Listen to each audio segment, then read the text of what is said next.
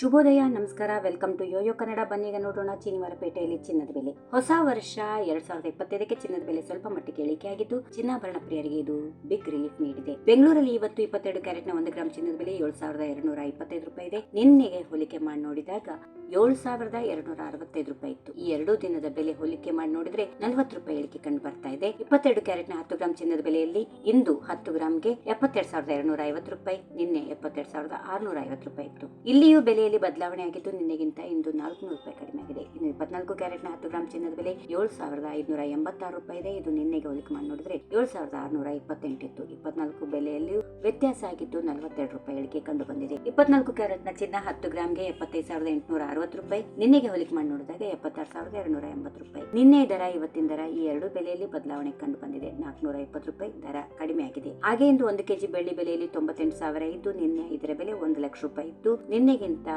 ಇಂದು ಬೆಳ್ಳಿ ಬೆಲೆ ಒಟ್ಟು 2,000 ರೂಪಾಯಿ ಇಳಿಕೆ ಆಗಿದೆ. ಚಿನ್ನದ ಬೆಲೆ ಅಂತಾರಾಷ್ಟ್ರೀಯ ಮಾರುಕಟ್ಟೆಗೆ ಅನುಗುಣವಾಗಿ ಏರಿಳಿತವಾಗುತ್ತದೆ. ಅಂದರೆ ಜಾಗತಿಕ ಮಾರುಕಟ್ಟೆಯಲ್ಲಿ ಚಿನ್ನದ ಬೆಲೆ ಏರಿಕೆ ಆದರೆ ದೇಶೀಯ ಮಾರುಕಟ್ಟೆಯಲ್ಲೂ ಏರಿಕೆ ಆಗುತ್ತದೆ.